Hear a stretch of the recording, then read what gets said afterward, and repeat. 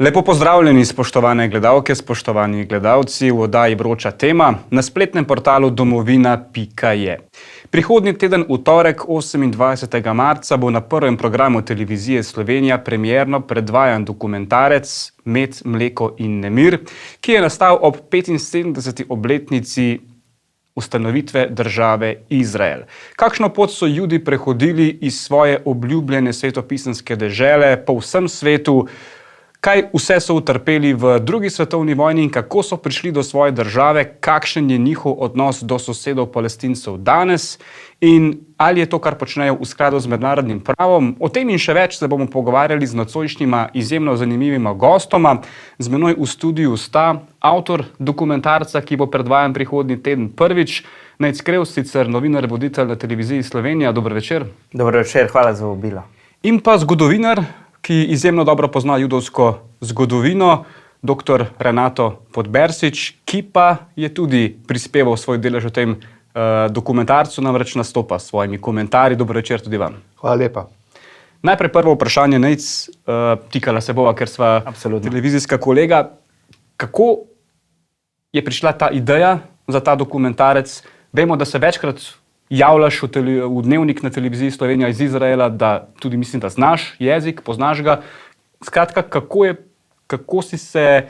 zakaj si se odločil za ta dokumentarec in kakšna je tvoja povezava z Izraelom? To nas verjetno marsikoga zanima, ne? V resnici, Luka, je nekako povod za nastanek dokumentarnega filma bil dva obiska v Izraelu prejšnje leto. Prvi je bil nekje ob začetku vojne v Ukrajini, ko sem skupaj s snemalcem Silvom Plavcem obiskal deželo. Takrat sem tudi poročal. Moramo vedeti, da veliko ljudi v Izraelu zna rusko, zna ukrajinsko, imajo svoje korenine iz nekdanje Sovjetske zveze. In takrat je tudi Izrael kot ena prvih držav humanitarno ponudila pomoč Ukrajini. Veliko ljudi, tudi okoli 100 sirot, so v posebni operaciji pripeljali v Izrael. Skratka, to je bil nekako prvi povod, da sem skupaj s snemalcem obiskal to deželo, jo prečesal od glave do pet, če se takole izrazim, in videl vse te kontraste, družbene, politične, zgodovinske, gospodarske. Od Tel Aviva do Jeruzalema, od Golanskega višavja na severu do Elata na jugu in ob tem posnel v recimo enem tednu približno 10 ur materiala. Uporabil sem ga v dnevnem informativnem pogonu, kot ga tudi sam zelo dobro poznaš, in se nekako odločil, da vendarle iz tega ustvarim nek celostni izdelek. 75. obletnica države je pa odličen povod. Poleg tega pa sem novembra lansko leto tudi spremljal državnozborske volitve, že 5. po vrsti v zadnjih manj kot 4 letih v Izraelu, in dobil še ta politični vidik nastanka, razvoja in aktualnega dogajanja v Izraelu. In to je nekako potem me tako rekoč prisililo v to, da skupaj z imenitnimi sogovorniki ustvarimo oddajo. Ampak ni skrivnost, da te izraelska zgodovina zelo zanima, da tudi jezik znaš, kako, od kje? Sam sem teolog po izobrazbi, že zelo zgodaj sem se v resnici začel ukvarjati s tem in ko se enkrat poglobiš, vidiš, da je to zares en širok diapazon, ki se dotika tako rekoč celotnega sveta in tukaj tudi moja afiniteta do tega. Gospod Podbersič, kako je nastalo to sodelovanje z Nejcem v tem dokumentarcu? Kakšen je vaš prispevek k tem dokumentarcu? Malo za šalo, malo za res. Se mi zdi zanimivo poudariti, da z Nejcem lahko oba dokaževa nejudovsko poreklo vsaj za 6, 7, 8 rodov nazaj. Torej tudi nekdanji rasni antisemiti bi bili verjetno na najin rod nekako ponosni. Pustimo šalo ob stran. Oba se nekako ukvarjava z to deželico. Velika je približno kot naša Slovenija, morda malo večja, par kilometrov več. Imamo bistveno več ljudi, ne? Od tega je tretjina puščave, Negev, skoraj neobludene, ki jo pa Judje počasi spreminjajo v vrt. In tam so se najdla. Bi bil lahko Nejc moj sin po starosti, po dojemanju zapletenih bližnjevzhodnih tokov je izredno moder mož, vedoželjen, že ko je delal diplomo, nekako sva se najdla. Zanimajo me teme tega koščka sveta, turbulentnega koščka sveta, judovska zgodovina, judovstvo nasploh. Doskrat se tudi o tem pogovarjava in ko mi je razložil idejo filma in prinesel sam uvid v scenarij in ozadje snemanja, sem bil navdušen. In moram reči, da sem tudi z izdelkom, ki ga bojo spoštovane gledalke in gledalci lahko kmalu videli na TV Slovenija, izredno zadovoljen, ker je v kratkem času uspelo za gledalke, gledalce pripraviti izredno zanimiv, hkrati pa tudi poučen pregled delovanja, zapletenega delovanja, zgodovine, politike, sobivanja različnih etnij, verstev na tem prostoru Bližnjega vzhoda. Ni pa gospod Podbersič edini sogovornik v prispevku, mislim, da nastopa tudi dr. Ernest Petrič, ujel si tudi visoke izraelske politične predstavnike. Tako je, in še, če dodam slovenskega, dr. Samo Skralovnik z katedre za svetopismo in judovstvo, moj nekdani profesor. Skratka, sama narativa se vrti okoli slovenskih poznavalcev, dr. Samo Skralovnik, kolega na moji desni, dr. Renato Podbersič in pa vrhunski tudi poznavalec mednarodnih odnosov, dr. Ernest Petrič. Predlagam, da si vendarle pogledamo napovednik tega dokumentarca, da gledalke in gledalci vidijo, o čem sploh govori.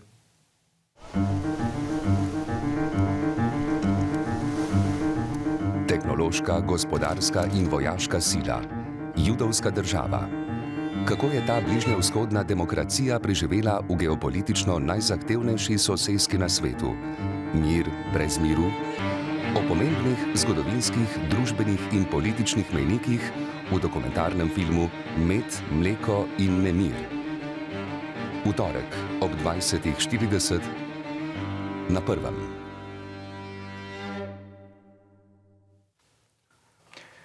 Ja, gospod Podbersič, vemo, Judi po Svetem pismu je njihova dežela Judeja na območju današnje Palestine. Pa vendarle lahko rečeva, bili so razkropljeni po celem svetu že tam v 1. in 2. stoletju. Kako je do tega prišlo? Res je, dali ste eno ime, ki je nekako determinira to območje, torej gre za Palestino, morda biblijski Kanaan, konec koncev sveto deželjo, tako za muslimane, kot kristjane, kot jude, ki so najdlje prisotni na tem teritoriju. Gre konec koncev za nekdanjo Cisjordanijo, torej deželo na tej zahodni strani Jordana. Gre za današnjo državo Izrael, ki vključuje več kot 9 milijonov prebivalcev, od tega slabih 75% Judov. V njej živijo tudi manjšine, predvsem izraelski Arabci, torej Arabci, Palestinci, ki imajo vendarle izraelsko državljanstvo in jih je skoraj 20% prebivalstva, torej skoraj 2 milijona ljudi. Dežela ima turbulentno zgodovino. Leži na stičišču tega bližnjevzhodnega klopčiča, ki je v marsičem zaznamoval našo prisotnost. Torej, ko rečem našo, mislim na evropsko, judovsko-krščansko sobivanje, filozofijo, konec koncev religijo, konec koncev gre za območje, ki je stičišče grške, bomo rekli, filozofske misli, rimske pravne ureditve in pa judovske verske ureditve, ki je postala potem vznik za vse abrahamske religije, torej tudi za krščanstvo in pozneje tudi islam. Ta teritorij, če pustimo zdaj biblijske čase in Stara zaveza je podobna. Seveda, ampak nekje okoli 1800-1850 pred Kristusom Abraham se je naselil na tem območju, potem poznamo te turbulentne čase, Egipt, izselitev, prihod Judov, potem pustimo čas sodnikov, nastanek prve judovske centralizirane državne tvorbe v času kralja Davida, njegovega sina Salomona, njegov znameniti tempelj jeruzalemski.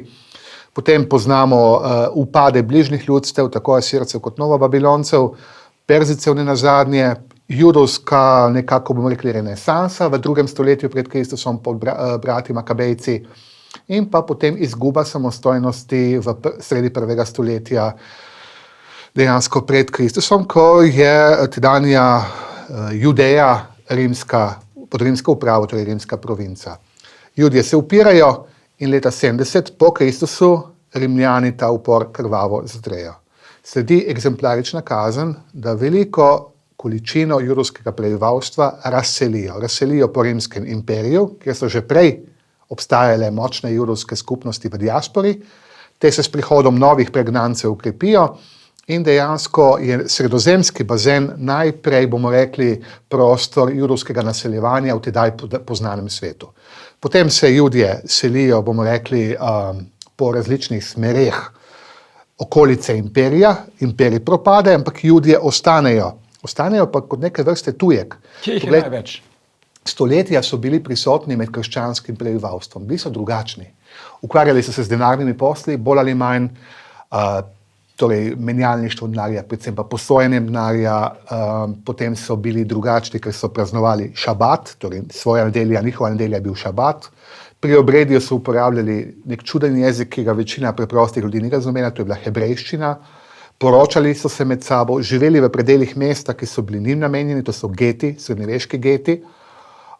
In pa najdemo jih tako v tako imenovanih nemških deželah, torej aškenaške Jude, aškenazis, to je hebrejsko-nemške dežele, od Litve do Romunije, od Nemčije, Avstrije do današnje Rusije pa Ukrajine. Najdemo sefardske Jude, sefarad pomeni španske dežele, torej Španija in Portugalska, odkoder so potem Judje ob koncu 15. stoletja izgnani in se večinoma preselijo bodisi v Severno Afriko, bodisi proti Balkanu, Osmanski, Turški imperij. Najdemo jih tudi v Bosni, v Dalmaciji, najdemo jih tudi v Srbiji. In pa tretja močna komponenta so pa Mizrahiji.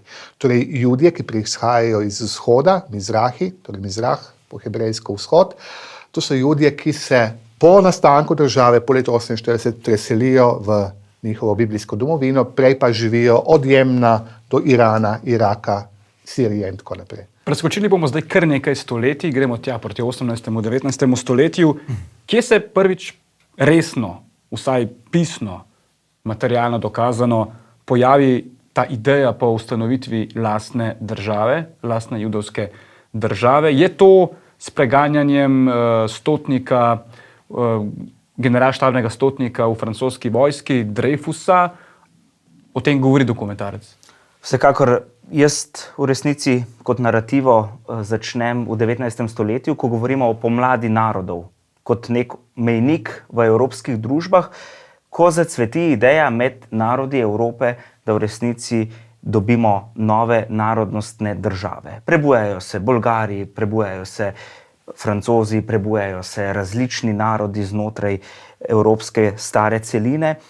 In morda je mejnik prav tu, ravno Francija, že v konec 18. stoletja v resnici dobijo Francozi nekako to idejo, da so vsi enaki pod svobodnim soncem, torej da imajo vsi enake pravice. In tukaj se v začetku 19. stoletja zdi, da se bodo Judje stopili v nekem pozitivnem smislu znotraj evropske družbe, se popolnoma integrirali. Zlasti v Franciji. Zlasti v Franciji, zdelo se je, številni znanstveniki, glasbeniki, Gustav Mahler, Heine in tako naprej, Goethe in različni razmišljajo o tem, da bi sprejeli krščanstvo. Mnogi tudi sprejmejo zaradi svojega družbenega statusnega simbola, se povežejo, politično udejstvujejo, ampak bilo je vse skupaj premalo.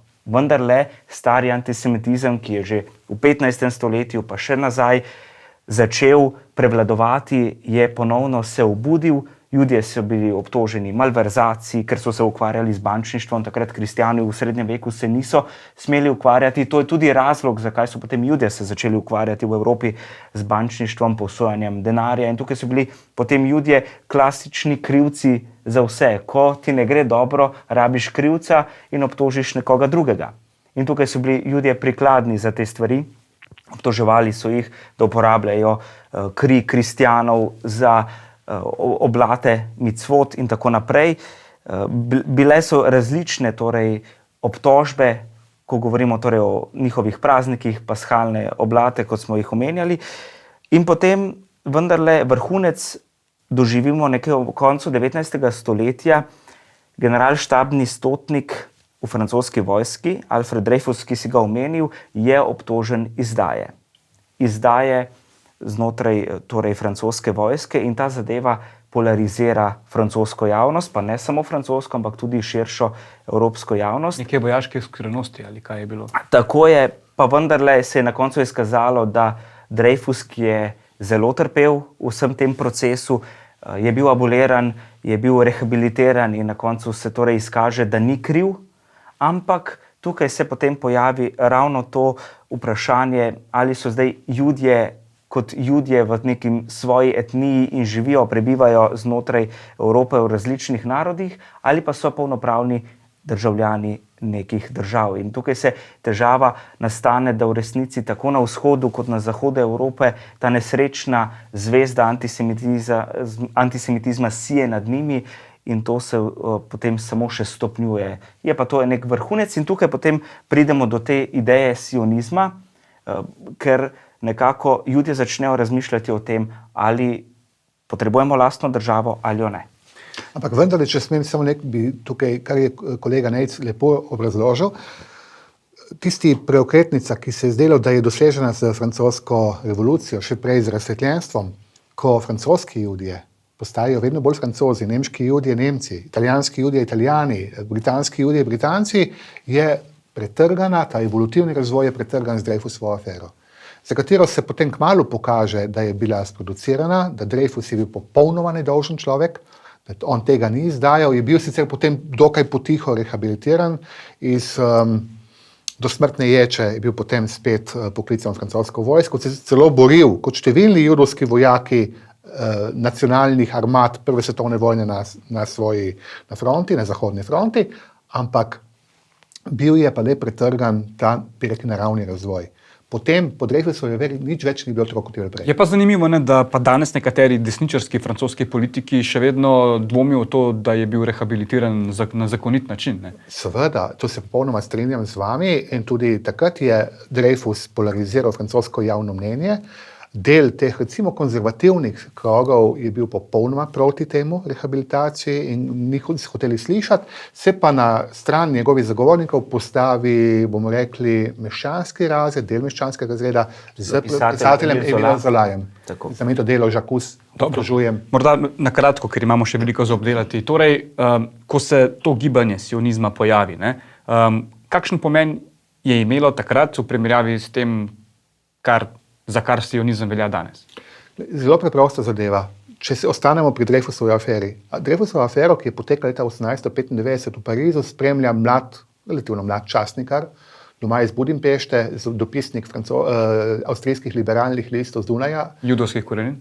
Tako je, seveda, Jud Theodor Herzl, ki vidi, da stvari se treba popolnoma nekako spremeniti. Da je treba po vzoru recimo Nemcev, ki par desetletij prej, pa Italijanov tudi, sredi 19. stoletja dobijo svojo nacionalno državo, da tudi Judje v tem sionizmu, ki nima verskih konotacij, ki ima čisto, bomo rekli, nacionalne, če hočete, sekularne podstati, pripraviti do tega, da vzpostavijo samostojno judovsko državo, ki v tistem momentu seveda ni bilo mogoče vzpostaviti na Bližnjem vzhodu, torej na ozemlju Osmanskega imperija, če hočemo laično turške države, ker Turki kot muslimanski zaščitniki nikako niso hoteli slišati, da bi judovska država nastala na teh Bližnjega vzhoda.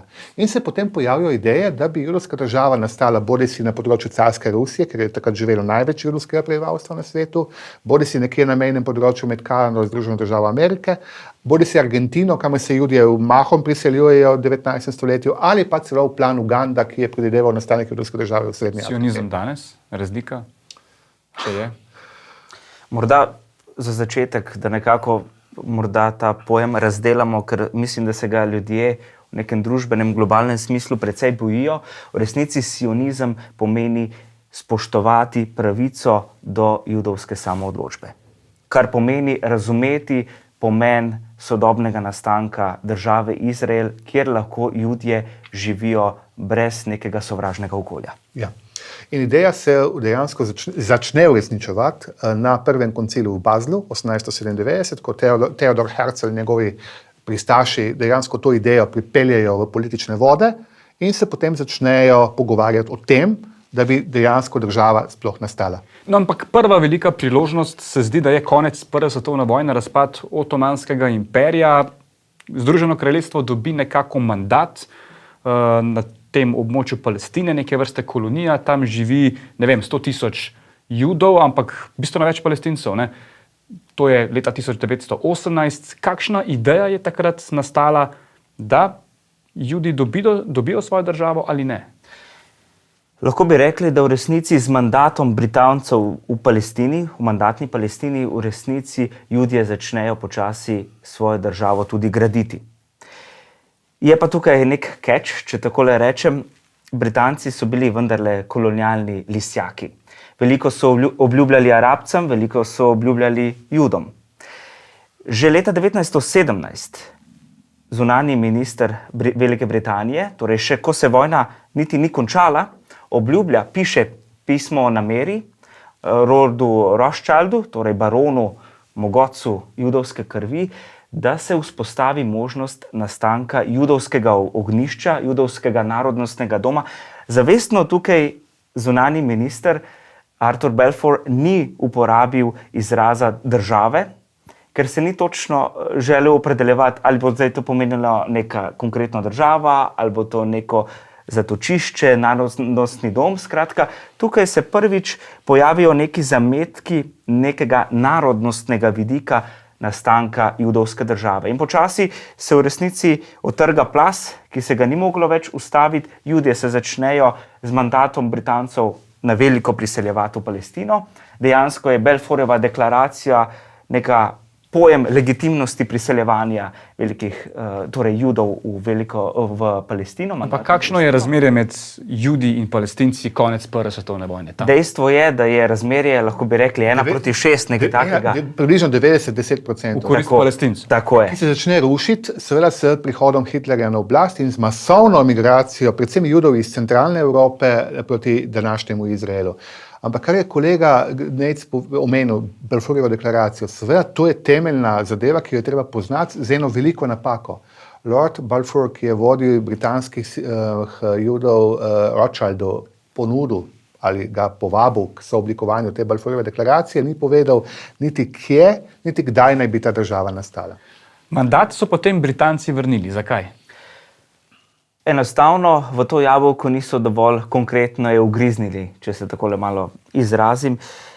Dejstvo je, da enostavno je z judovskim priseljevanjem v pokrajino naraščala napetost, ker je naraščalo tudi število Arabcev, sočasno. Seveda se je pa z vzponom antisemitizma to priseljevanje v pokrajino Palestino normalno tudi stopnjevalo. Z vzponom fašizma, z vzponom nacizma je bil pritisk na Jude vse večji na stari celini in enostavno, poleg Združenih držav Amerike, so Judje v tistem trenutku razmišljali o nekem varnem zatočišču, ki so ga našli v pokrajini Palestini. Dodali bi pa le k temu to, da se prvi valovi judovskega izseljevanja v deželo globoko še v otomanskem, torej turškem času, začnejo že konec 19. stoletja po pogromih v Rusiji. Gospod Podbersič, dajmo se zdaj dotakniti še Palestincev, ne?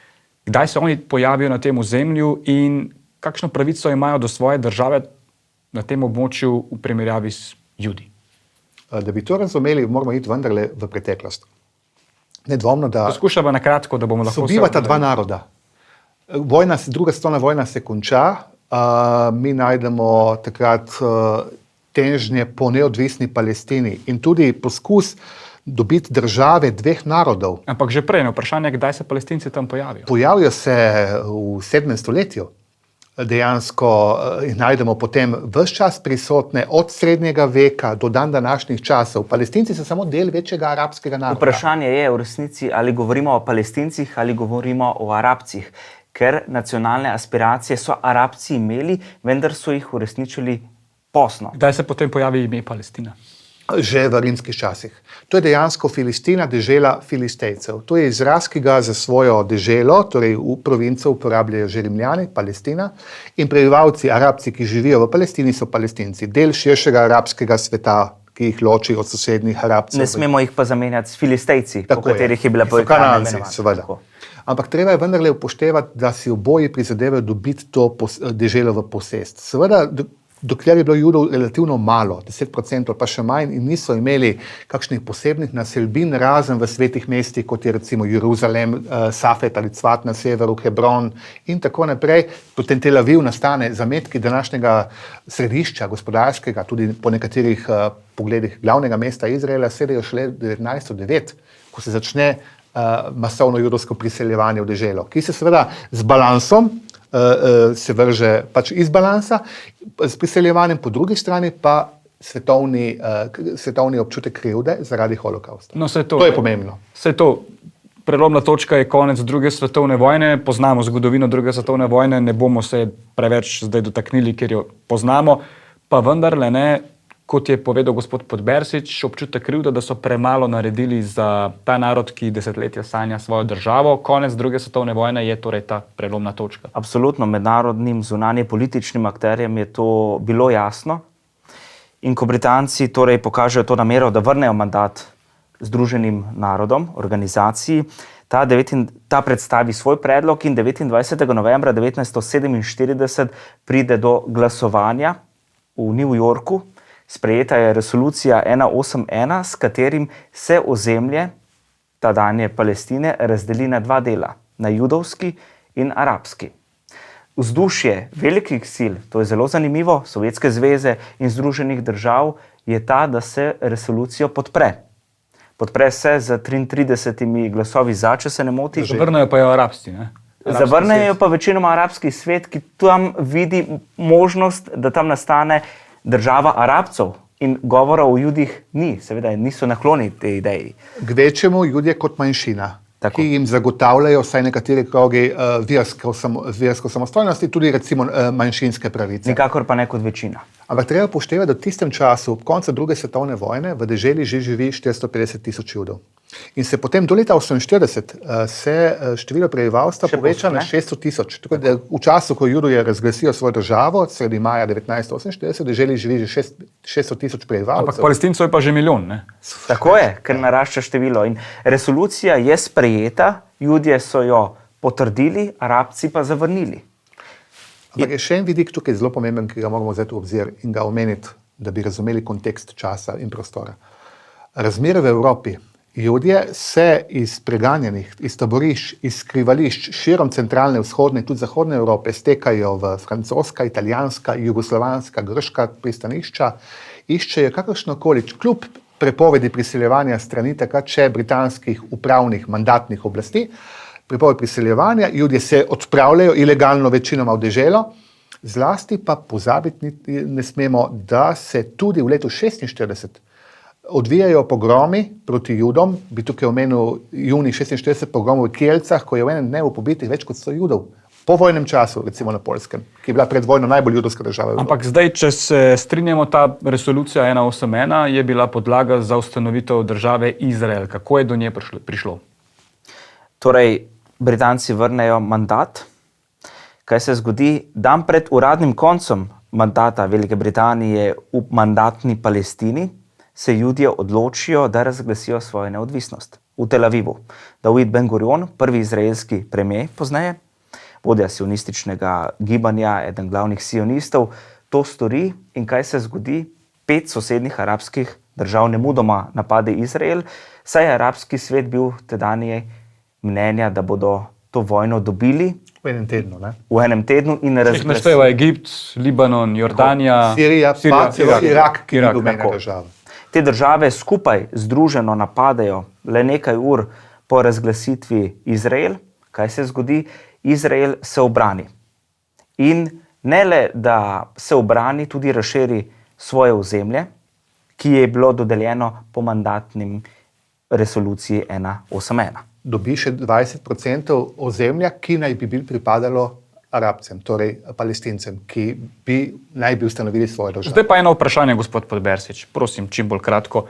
Po tej resoluciji, ki jo omenjamo, katera ozemlja pripadajo Palestincem? Je to Jeruzalem? Ne, zanimivo. 54-44 razmer koristi Judov, 2% bi pa bilo mednarodno mesto, odprto mesto, torej mesto vseh religij, vseh prebivalcev, tako etnij kot tudi religijsko, in to je Jeruzalem, ki bi bil pod neposredno upravo Združenih narodov. Seveda do tega nikoli prišlo, niso tega akceptirali tako ne Judje, kot tudi seveda ne Arabci. Pa moramo morda tu še izpostaviti, seveda večinoma govorimo o tem, da je Izrael osvojil ozemlja. Poleg Izraelcev so takrat, v času vojne za neodvisnost, določen del zavzeli tudi drugi Arabci, kar pomeni, da Jordanci niso šli s polno silo v napad proti Izraelcem, ker so si prisvojili vzhodni Jeruzalem skupaj z Zahodnim bregom. Del ozemlja si je prisvojil Egipt, ne? Gazo, Gazo, tako je. ja. In tukaj govorimo de facto, ne, če se pogovarjamo o neki okupaciji, govorimo o okupaciji 3 arabskih držav. Palestinci so že v samem začetku bili nekako puščeni sebi na milost, torej jih tudi bratje Arabci, ki jih imajo kot neko torej skupni bratje pod svobodnim soncem, so jih izdali na nek način. Dejansko do ustanovitve palestinske države Nikoli ne prišlo. Tisti ostanki ostankov, ki jih Izrael ne zasede v vojni in potem sankcionira z mirom na Rodosu spomladi 1949, so priključeni majhen del Gaze, Egiptu, večji del Zahodnega brega z vzhodnim Jeruzalemom, Betlehemom, Jeriho, Tulkaremom, Dženinom in ostalimi mesti, pa je priključen Jordan. Kako pa takrat v tej prvi vojni reagira na nova osvojena ozemlja, ki jih je več, kot veleva resolucija, kako odreagira mednarodna skupnost? Precej deljeno, precej mešano, predvsem zato, ker so tukaj že od samega začetka vpleteni različni zunanje politični akteri, ki iščejo priložnost pod svobodnim soncem, ko govorimo v kontekstu tudi pozneje hladne vojne. Sovjetska zveza v samem začetku podpre resolucijo, o kateri smo govorili, ker razmišlja, Izrael bo še en socialistični, komunistični konstrukt, ki bo sodeloval v našem interesu.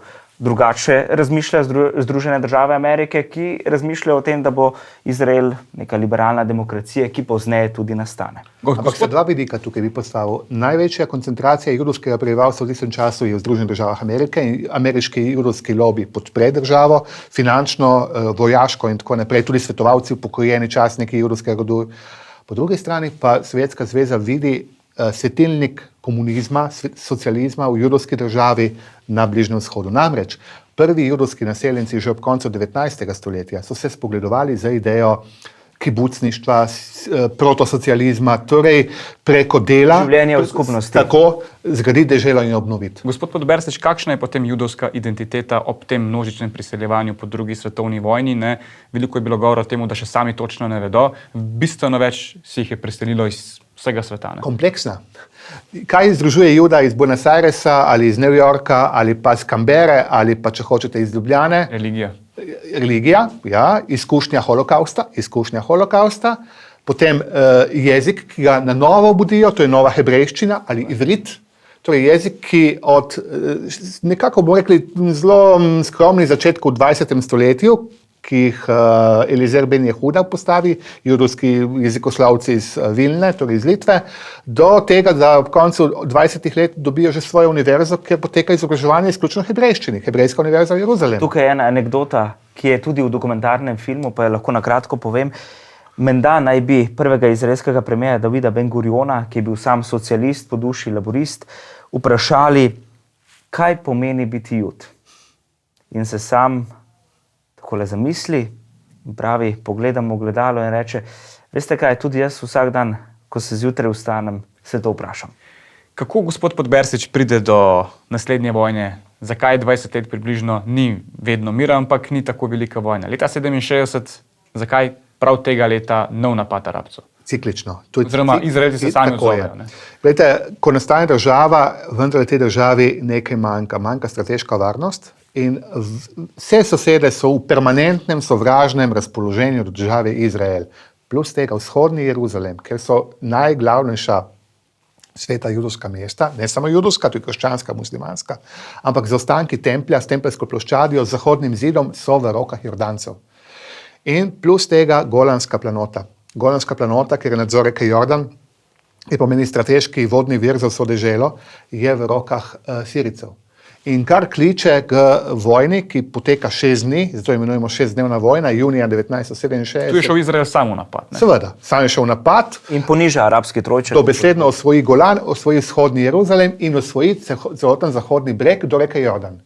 Potem odgovor čakamo 73, je vojna na najsvetejši judovski praznik, Jom-Kipurska vojna, 3-tedenska, Izrael sprva nepripravljen. To je nov napad Arabcev, združenih, ne, ki jo Izrael ne samo, da se ubrani, ampak osvoji ponovno Sinaj. Prvič v resnici vidijo nekako fantje, ki so se borili v vseh teh vojnah, leta 48, 56 in pa 67, vidijo očetje, kako svoji sinovi se odpravljajo v to bitko in ta bitka je krvava, v njih zgubi več kot 6000, mislim, da izraelskih vojakov zgubi svoje življenje in to je res na noge dvignil ves Izrael. Seveda. Treba upoštevati dejstvo, da je Izrael takrat je majhna država, izolirana država, ki pa se z Jom-Kipursko vojno že po Jom-Kipurski vojni 73 začne spogledovati z idejo mir v zameno za ozemlje. Torej, delen umik zasedenih ozemelj in pa najprej v koncu 70-ih pogajanja s Sadatovo Egiptom. In to uspe, ko Enver Sadat leta 1977 prvič obišče Jeruzalem, pride v Kneset, v izraelski hram demokracije in takrat se začne ta pot počasi, ko Egipt postane tudi prva arabska država, ki prizna Izrael. Ampak ima Izrael pa kdaj željo oziroma namero pa se umakniti z tistih okupiranih palestinskih ozemelj, ki jim ne pripadajo po tisti resoluciji? To je v resnici večno vprašanje, ki ga lahko kadarkoli potegnemo na plano in precej aktualno. Dejva se nekako osredotočiti vsaj še na to, da omenimo spoštovanim poslušalkam in poslušalcem sporazum iz Osla 93. Tja še pridemo. Ampak da bi razumeli v zameno za mir oziroma tako imenovani two-state solution, rešitev dveh držav, ki bi pomenila sobivanje Izraela in bodoče palestinske države, je treba to omeniti. Zdajšnja izraelska oblast ne kaže kakšnih interesov, da bi do tega prišlo. Moje vprašanje je bilo, kako je bilo takrat, ne? Se pravi, v času vseh teh vojen, a je do konca 70-ih let kdaj Izrael izrazil pripravljenost se umakniti z teh zasedenih ozemlji v vojnah? To je bilo v resnici vedno varnostno vprašanje in varnostni izziv in tudi sama družba je bila pri tem vprašanju precej polarizirana. S številom večanjev terorističnih napadov, tudi aktivnim posegom palestinske osvobodilne organizacije na čelu z Jasarjem Arafatom, se te ideje počasi umaknejo. Vmes se zgodi tudi pokol izraelskih športnikov leta 1972 v Münchnu in vsi ti napadi obremenjujejo zavest izraelskega življenja in vsak tak napad je odmaknil idejo Izraelcev za mir. In kot je dobro tudi v dokumentarnem filmu povedal Enes Petrič, ko se na eni strani pojavi ta ideja in pripravljenost za mir, se ponovadi na drugi strani odklonijo ravno ta prizadevanja za mir. Ampak gospod Podbersič, ne, Judi oziroma Izraelci pa tukaj niso več v konfliktu samo s Palestinci, okupirajo tudi del Libanona, tudi zaradi Palestincev. Tam se zgodi nek pokol v dveh vaseh. Zgodi se pokol v begunskih taboriščih. To je izraelska preventivna operacija leta 1982, napad na Libanon, odkar ne samo ampak je to potekalo permanentno potem v naslednjih desetletjih, stalno napadali državo Izrael z raketami in je pomenilo to veliko varnostno tveganje zlasti za srednji pa severni Izrael. Sledila je preventivna operacija, vkorakanje v južni Libanon in pa seveda poskus neutralizacije milic, ki so propalestinskih in protiizraelskih milic v samem Libanonu, ki so delovale ali pa namišljeno delovale proti Izraelu, naslanjanje na krščanske milice, ki so uživale podporo Izraela in pokol Šabri in Šatili v predmestjih Bejruta, kjer so Izraelci poklali lep del palestinskih beguncev, ki so neke reakcije pa ni na mednarodni skupnosti. Glejte, če si sposoben spet besede preomenjenega spoštovanega profesorja Ernesta Petriča, kolikor vemo, je največ resolucij Združenih narodov bilo prav naslovljenih na mirovno vprašanje Bližnjega vzhoda, torej tega popka, torej izraelsko-palestinskih odnosov. Zaenkrat, tudi danes ostajamo zgolj pri resolucijah, in razen kakšne tihe diplomacije in poskusov pripeljati te,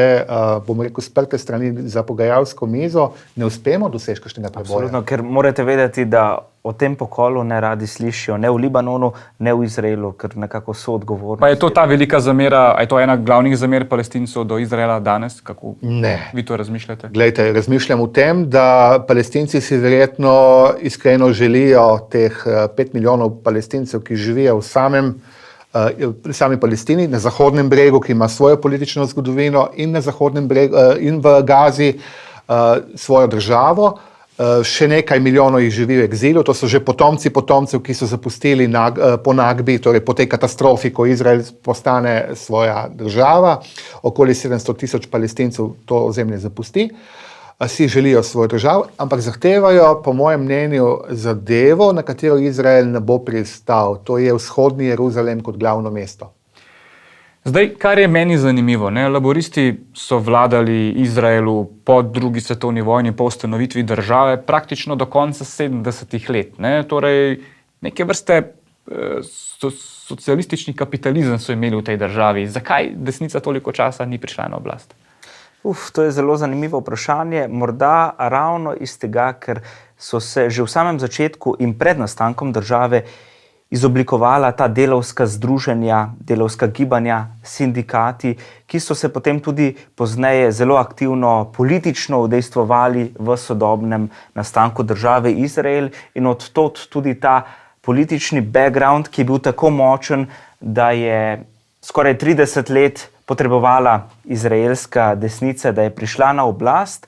In zanimivo je, da ko je prišla desnica na oblast, je bil podpisan tudi prvi mirovni sporazum z tujo arabsko državo in to je bil Egipt. Ampak tega egipčanskega predsednika so ubili. Sedata, ja. Tako, on je plačal je za to. Še ena od stvar, če smem, spoštovana kolega, bi omenil, in to je, zakaj je prišlo do preokreta znotraj izraelske politične družbe. To je naraščanje števila ortodoksnega prebivalstva. Če so stanovni očetje prihajali iz tega, bomo rekli, laičnega, levo, socialističnega sveta in so imeli svojo vizijo ustanovitve Izraela, tudi rasti države, cvetele so v 50-60 letih njihove zadruge, kibuci in tako naprej. Mošavi, seveda, je danes zgodba nekoliko drugačna. Izraelska družba se stara, povprečna družba. Danes je samo še 50% tako enih sekularnih judov ali Izraelcev, narašča pa število ortodoksnega prebivalstva. In če to prebivalstvo ni hodilo na volitve včasih, se je držalo izven države, v delnem segmentu je celo ni priznavalo, ker je to delo človeških rok, ne pa božjih rok. Pomembna politična sila, ki nekako tehtnico prevesi v eno ali drugo politično krajino. Ja, saj nimamo toliko časa, da bi vse povedali, zato bo potrebno pogledati dokumentarec, ampak dajmo se zdaj dotakniti tega sporazuma iz Osla, o katerem je prej že gospod Podbersič govoril, dosežeta ga v bistvu Rabin, takratni izraelski predsednik in Arafat. Jaser Arafat. Oba sta potem prejetnika Nobelove nagrade, ampak to premirje se konča z brutalnim umorom. Če smo prej se navezali na atentat Anwar Sadat, je bil ubit egipčanski predsednik. Kdo ga je ubil? Egipčani. Seveda. Izraelca, torej Nobelovega nagrajenca za mir Icaka Rabina, ubije mladi študent Yigal Amir, radikalni skrajnež, nacionalist. Neke vrste Gavrilo Princip. Tako nekako, recimo, če bi se malo pošali. Tako, ja, na mirovnem shodu krogle prerešetajo Icaka Rabina in s tem je v resnici tudi pokopan kakršnakoli možnost za trajni mir med Izraelci. Kaj pa veleva oslovski sporazum? Če ga čisto na kratko, v prvem smislu zagotovo to, da Izraelci priznajo samoodločbo palestinskemu narodu. Torej smo že rekli prej, dve državi. Two-state solution, nočitev dveh držav, nastanek dveh držav. In na drugi strani v resnici, da se Palestinci odpovejo terorističnim dejanjem znotraj države Izrael, kar pomeni, da tudi priznajo, da je Izrael nastal in obstal. Potem pa ozemlje Palestine, torej Zahodnega brega, bodoče države razdelijo na 3 območja A, B, C, odkoder naj bi se z nekaterih delov deloma, z nekaterih umaknila izraelska vojska. Tega razen v posameznih mestih, kot je recimo Jeriho, ki ga leta 1994 že predajo palestinski avtonomni oblasti. Ali pa Ramala, da nimo zdaj. Tudi potem Betlehem postopoma. Ampak težava je v tem, Palestinci ne kontrolirajo svojega ozemlja, ne kontrolirajo svojih meja, zunanjih meja. Tudi ozemlje Palestine, ki meji na reko Jordan, torej na Jordanijo, ga kontrolira izraelska vojska, izraelska policija. Izraelci pa tudi naseljujejo ilegalne judovske prišleke na ta območja in danes, če pogledamo Zahodni breg, je podobno nekako švicarskemu siru. Ali pa tigrovi koži, te zaplate izraelskih 300 naselbin, v katerih živi že 650,000 naseljencev. Ki so po mednarodnem pravu ilegalne. Na okupiranem ozemlju. Spoštovana gosta, lepo se dopolnjujeta, ampak dajmo še eno pomembno vprašanje zdaj odpreti. Zakaj kljub umoru, atentatu na rabina ni prišlo do uveljavitve tega sporazuma? Kdo je kriv? Je to izraelska stran? Je to palestinska stran? Vemo tudi, Arafat je imel svoje kritike. Nekateri Palestinci si nikoli niso predstavljali izraelske države, ki jo je potrebno izbrisati. Mislim, da to je, kar Hamas misli še danes. To je še danes zapisano v ustavni listini in tukaj mislim, da je krivda obeh narodov. Seveda razmišljamo v nekem širšem kontekstu, da močnejša izraelska vojaška sila je tista, ki bi morala več narediti za ta mir, Palestinci kot neka žrtev tega, ampak tukaj se potem vrtimo, kot je že kolega dr. Podberstič omenil, v nekem ciklu vojen in vedno, ko je ena stran pripravljena za to, druga ni. In mislim, da v resnici je izraelsko-palestinski konflikt, ki bi se ga lahko dalo rešiti, ampak se ga ne bo in se ga tudi, mislim, da ne želi, ker je toliko interesov v njem samem. Kdo je bolj kriv, gospod Podberstič, da sporazum iz Osla nikoli ni bil uveljavljen? A sploh lahko to rečem? Vendarle sem zgodovinar in ne bi si, vaše vprašanje ima politološki podton in si ga ne bi tega gordijskega vozla želel razsekati, ampak je treba upoštevati tudi partikularnost pri samih Palestincih, ki so geografsko ločeni, Zahodni breg, kjer vlada Fatah, ki je neke vrste organizacija, stranka, če hočete, gibanje na... Pripravljena pogovore, ne? Ja, pa išče se zvočje, skorumpirana, a se razumemo, ne razpiše volitev, ker ve, da bi izgubila že zadnjih 15 let. Na drugi strani imamo Gazo, ki je relativno majhno območje. 360 kvadratnih kilometrov, 2 milijona ljudi, nobenih resursov, stisne med Egipt pa Izrael, tam vlada Hamas, skrajno gibanje, ki zanika Izraelu pravico do obstoja. Tako da imamo te frakcije znotraj palestinskega gibanja, ki ti boji so zelo močni, tudi krvavi. Na drugi strani imamo pa poskus države, ki išče svoje sobivanje na Bližnjem vzhodu. Ne smemo pozabiti, in tukaj bi morda ob koncu še vendarle podčrtal, gre za državo, ki je seveda nastala v tujem okolju z utemeljevanjem na biblijskih koreninah, po grenki izkušnji holokausta. Ko je bilo, tega še nismo decidirano rekli, 6 milijonov, mogoče nekaj 100 tisoč manj, ampak številke so zgolj matematične, ljudi pobitih pred očmi celega sveta med drugo svetovno vojno, predvsem v Evropi. Zdaj pa še eno vprašanje. Ta odnos zlasti v državah, kjer prevladujejo vlade oziroma stranke, ki so levo usmerjene, je ta kritika do Izraela narašča iz leta v leto. Pa me zanima, poslušamo celo marsikatere primerjave z drugo svetovno vojno, marsikaj se očita Izraelcem, pa vendarle ves čas se nekako zdi, da je argument izraelskih oblastnikov enak. Kaj bi pa vi naredili, če bi imeli, 20 tisoč terorističnih napadov na 2 do 3 leta? Se pravi, to pomeni, moramo zaščititi svoje ljudi. Je to dovolj zgovoren argument? Moram opozoriti, da holokaust je edinstven dogodek in je nepojemljiv in ga v kontekstu tega, ko ga seveda Palestinci na drugi strani zlorabljajo, da češ Izraelci zdaj izvajajo holokaust nad Palestinci, nesprejemljiv. To je tudi obsodil Olaf Scholz, zdajšnji nemški kancler, ko je bil na obisku recimo palestinski predsednik Mahmud Abbas in je uporabil, vse Izraelci to počnejo, kar so oni nam, in je opozoril, da je to nesprejemljivo. In tukaj treba biti tudi terminološko zelo previden s temi pojmi vendarle.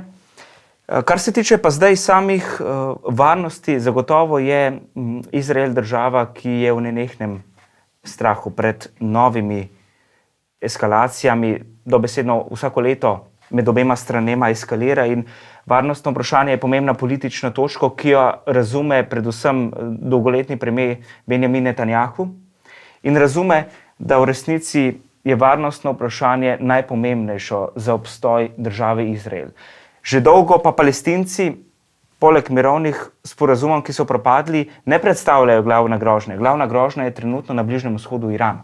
Ja, to o tem govori. Še en vidik bi tukaj izpostavil, sem ga v podtonu vprašanja kolega voditelja zaznal, in to je, bomo rekli, moderni antisemitizem. Glejte, vse tega verskega antisemitizma, ki je bil prisoten v evropskih družbah v srednjem, novem veku, tam nekje lebdel do drugega Vatikanskega koncila, ko se je tudi v cerkvi molilo za spreobrnjenje Judov in tako naprej, tega ni več. Ali pa ga je zlasti v Evropi zelo, zelo malo, mogoče kakšne ostanke najdemo v kakšni hrvaški, pa poljski družbi, pri nas praktično ne. Nimamo tega protinarodnega, torej sovraštva do Judov, ker so Judje, kot je bilo v antiki, ko so recimo že v Rimu ali po Grčiji nasprotovali Judom iz teh narodnih vzrokov. Nimamo tega razrednega, ko se je Juda videlo predvsem kot izkoriščevalca, bankirja, sovražen konkurent in tako naprej. Nimamo tega rasnega, ali pa ga je zelo malo v sodobni evropski družbi, torej da se Judje posebna rasa, ki jo je po defaultu treba sovražiti. Imamo pa, in to po ameriškem sociologu, politologu Chainsu, je oblika antisemitizma in to je novodobni, pri nas žal levičarski antiizraelizem, torej sovraštvo države Izrael. Bodimo zdaj čisto kratki, ker smo res že dolgi, pa je res zanimiv pogovor. Zdaj, ko gledamo dan današnji Izrael, v dokumentarcu je jasno povedano, da je trenutno na oblasti najbolj desna vlada v zgodovini države in da se očitno v teh novih časih Izrael bolj kot s Palestino ukvarja sam s seboj, oziroma s tem, kaj počne Netanjahu. Zakaj? Tukaj lahko iščemo več razlogov, ampak če probam nekako jih strniti, dejstvo je, da se je Benjamin Netanjahu pojavil kot močen kult osebnosti. Vedno so v izraelski politiki igrale vlogo kultne osebnosti. In on je človek, prototip nekako republikanskega politika, ki razume, da je Izrael previdna dama, ki lahko prespi v katerikoli spalnici evropskih, pa tudi ameriških držav, nacij in različnih torej skupnosti, in močni lobiji tukaj pripomorejo, da je Benjamin Netanjahu se tako dobro povzdignil na vrh izraelske politike. Gospod Podbersič, a se vam zdi ob tem, kar zdaj počne Izrael pod Netanjahujem, ko naseljujejo območja, ki sicer so palestinska, ko je ameriški predsednik Donald Trump razglasil Jeruzalem za glavno mesto Izraela, to ni bilo v resoluciji, mislim, da ne zapisano, a na podlagi tega, kar se zdaj dogaja, lahko upravičeno sklepamo, da bo Palestina težko prišla do svoje države, in drugo vprašanje pa je, zakaj mednarodna skupnost ne odreagira, če Izrael evidentno krši mednarodno pravo? Bom začel z drugim vprašanjem, tudi zaradi občutka krivde iz druge svetovne vojne. Jaz mislim kot zgodovinar, da to še vedno igra močno vlogo. Zdaj je to prav ali ne, to bom prepuščal komu drugemu, da odgovarja, ampak dejstvo, ki ga jih je kolega Nejc prej navedel in ki smo jih danes že na hitro obdelali, to je Likud, stranka Benjamina Netanjahuja, vodi vlado in daje pečat tej vladi, ampak je samo polovica vlade. Druga polovica so verske stranke. Šas in pa judovska moč, ki jo vodi minister za socialno varnost, Ben Gvir, ki ima v svojem podtonu ideje zelo nevarne, skrajno desničarske ideje. Veliki Izrael od Evfrata do Nila, Izrael, ki bo razrušil Al-Akso, oziroma kupolo na skali, to pozlačeno kupolo na idejo o novem templju, za katerega denar že zbran, načrtov še ni. Tako da, a veste, to so zadeve, o katerih bi lahko govorili eni sami oddaji, samo o tem in na javnost. Pa to ameriško priznanje, ne? Seveda, ki je bilo po moje prenagljeno in tudi nedomišljeno. Solo akcija Trumpa, ki je iz parcialnih interesov seveda. Lahko je imela hude posledice. Zagotovo, na drugi strani imamo pa številne arabske države, ki se bojijo vpliva Irana v regiji in se bratijo z Izraelom. Famozni abrahamski sporazumi iz leta 2020 pod pokroviteljstvom Trumpa. Če zaključimo ta pogovor z vprašanjem, ne glede na to komplicirano politično situacijo, ki se verjetno ne bo razvozljala desetletja, upajmo sicer, da se bo, pa vendarle 2 milijona, mislim, da Palestincev živi na območju Izraela, nekateri se pa poskušajo integrirati v družbo. Absolutno, skoraj 2 milijona, to je 20% izraelske družbe. Danes imamo sodnike, politike, kako jih spremljajo župane. Ljudi?